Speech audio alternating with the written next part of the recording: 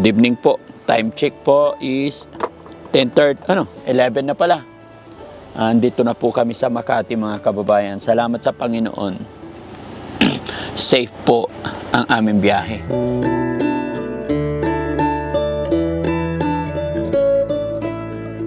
Okay ka lang dyan? Si Kuya Rab, dito ka Kuya Rab ha? Okay. Ingat kayo ha? So ganito mga kababayan, mangyayari. Paggamit ko muna tayo sa main road.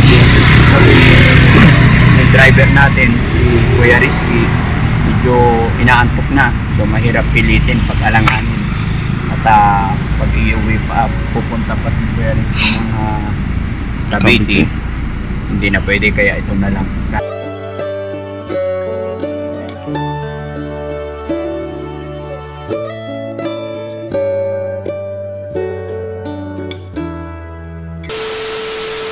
Yung mga kababayan, mga kabarangay, isang mapagpalang umaga sa atin lahat. Mga kababayan, punta ako rito sa shelter ngayon. Kumustahin natin si Ate Ningning dahil nag-message sa akin si Kuya Rab kahapon na tawag nito, nag-iiba yung behavior niya. Kasi kung matatandaan ninyo mga kababayan, nung first day po na pag-pick up natin kay Ate Ningning, sinabi ko po doon na first day, hindi pa po natin malalaman yung attitude talaga niya. Pero pag nakatatlong araw na siya sa atin, napakain mo na, tapos na-complete niya na yung tulog niya, natulog na, doon na po lalabas ang behavior niya. So kagabi mga kababayan, nagwala daw, nasira niya yung pintuan ng CR, kaya pumunta ako, bumili muna ako ng mga pagkain nila. Kakausapin ko siya mga kababayan, kumustahin ko, samahan niyo po ako. Yan. Hello. Asan siya, Rab? Nasa likod. Nasa likod? Okay. Pakisara yung sasakyan. Bigyan natin siya ng kakanin. Ayan. Ayun. Paanong ginawa niya? Ito nasira niya? Wala siguro kagabi yung dads. Kaya ganyan. Pagkakita ko nasira na yung pinto. Sige, okay lang yan. Paayos lang yan. Baka mahinang klase naman siguro to. Hindi naman. Hindi ko lang sure dads. Pero matibay yun. Matibay? Oo. Ano bang pagkakaiba ng behavior niya ngayon? Well, nag-ano siya, nagsisigaw-sigaw siya. Tapos kung ano-ano ginagawa niya, paikot-ikot siya. Oo. Kagabi, anong oras na, ang ingay. Ingay. Sobrang ingay. Baka nagugutom. Hindi, pinakain ko naman siya. Oo. Malakas kumain kasi si Ate Ningning mga kababayan. So, puntahan natin sa labas mga kababayan. Samahan niyo po ako. Hi Ate Ning! Po. Kumusta ka na? Opo, mabuti. Mabuti. Nako. Kumain ka na ba?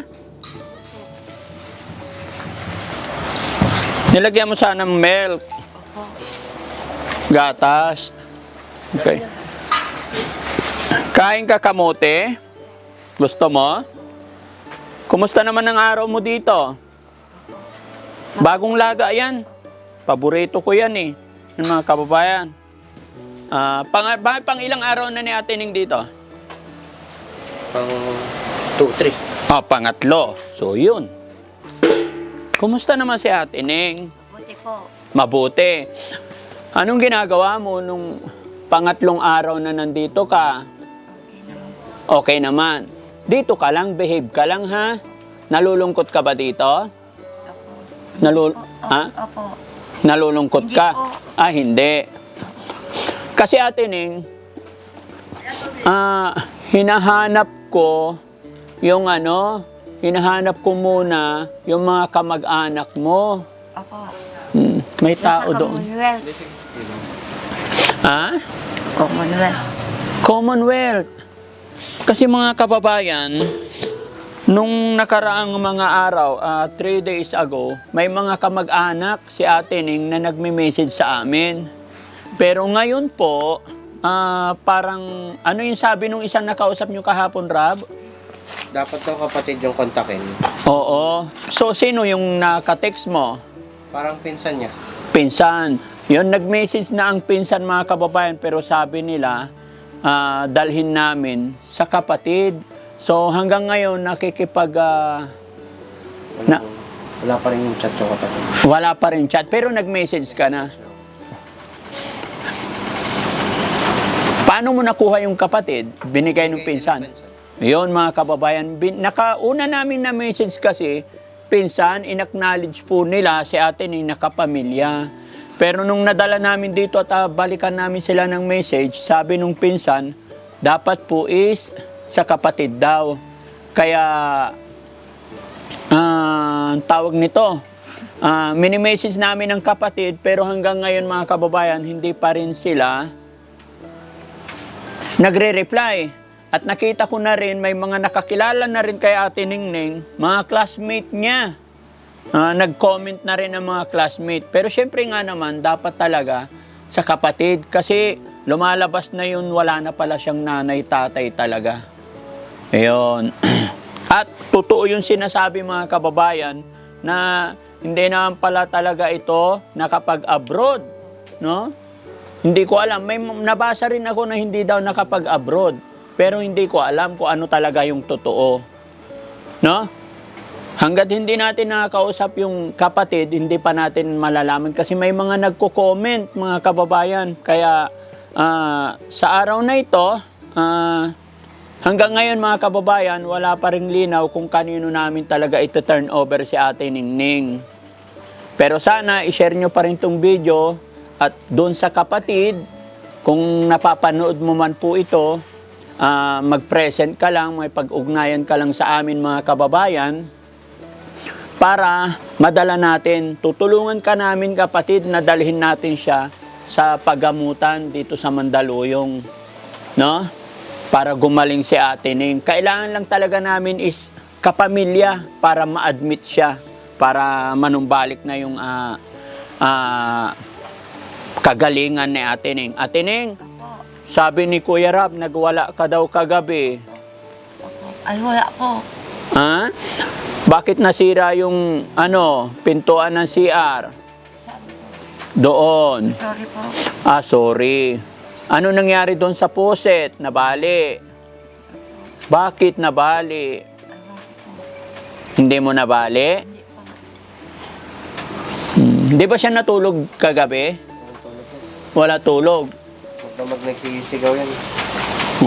Yun po yung sinabi ko mga kababayan, after 3 days saka mo makikita yung totoong behavior niya.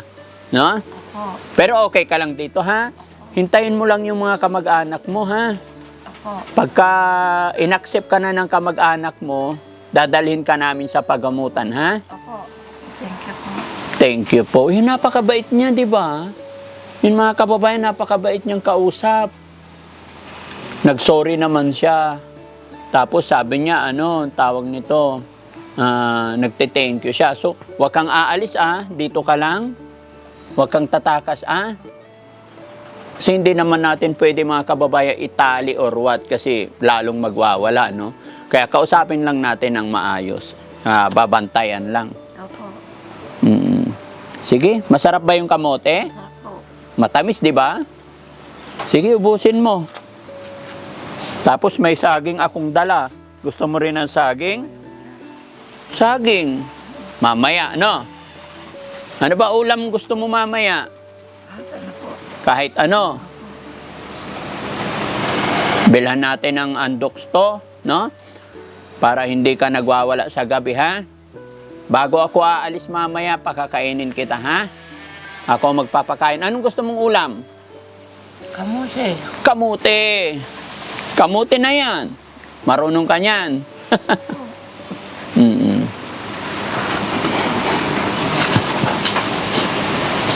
Maligo ka, ha?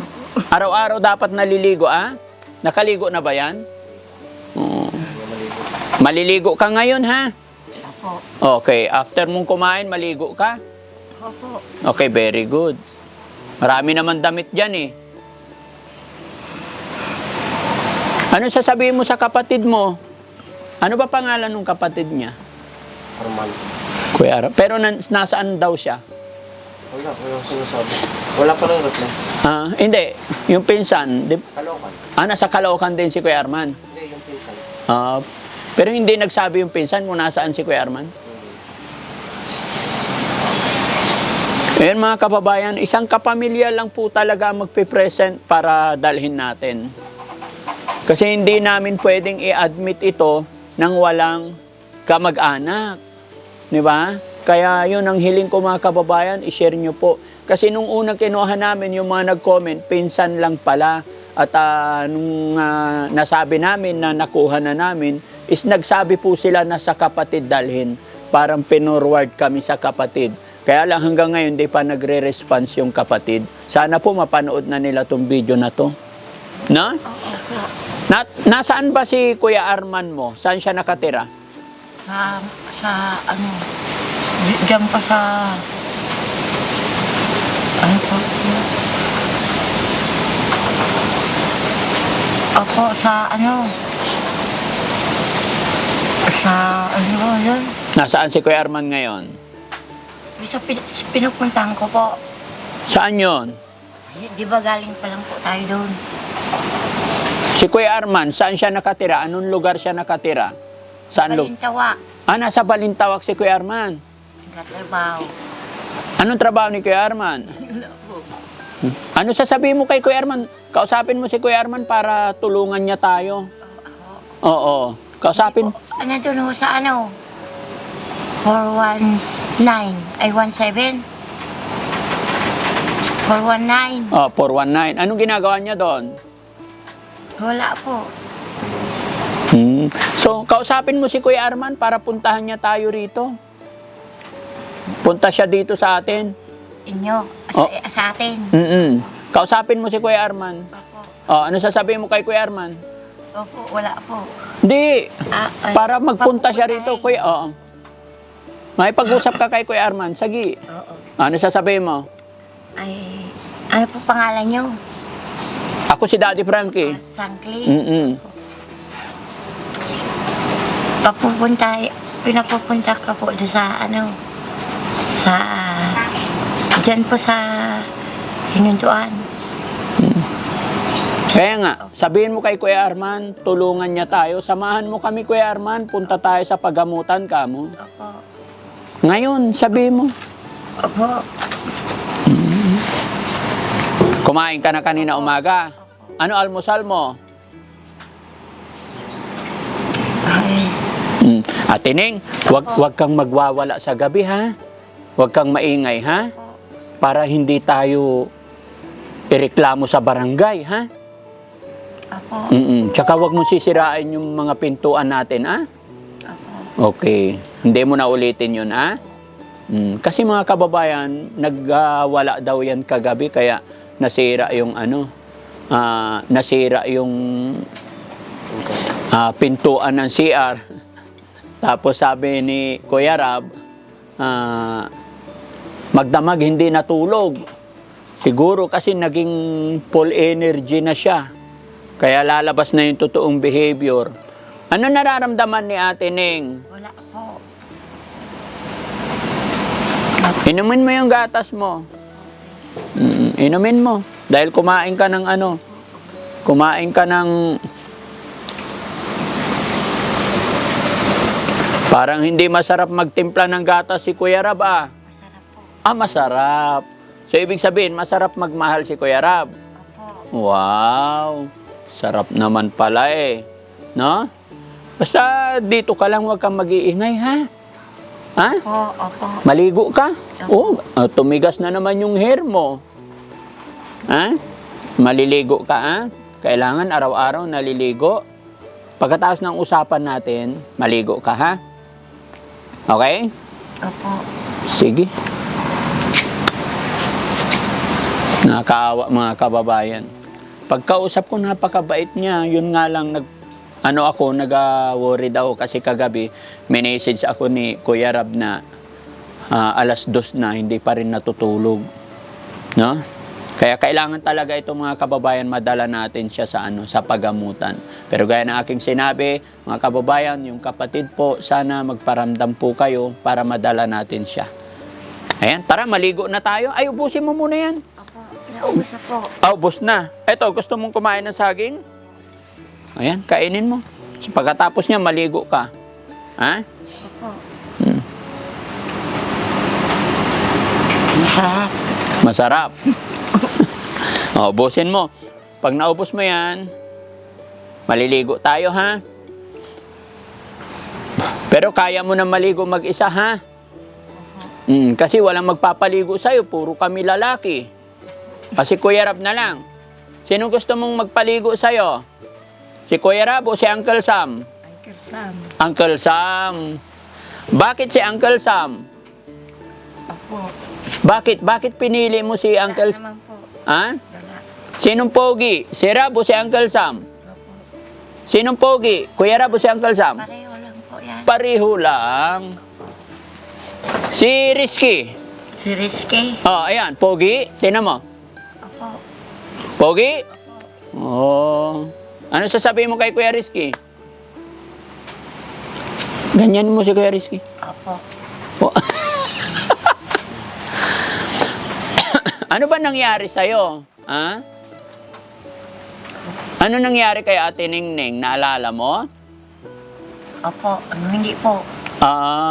Wala kang maalala? Wala po.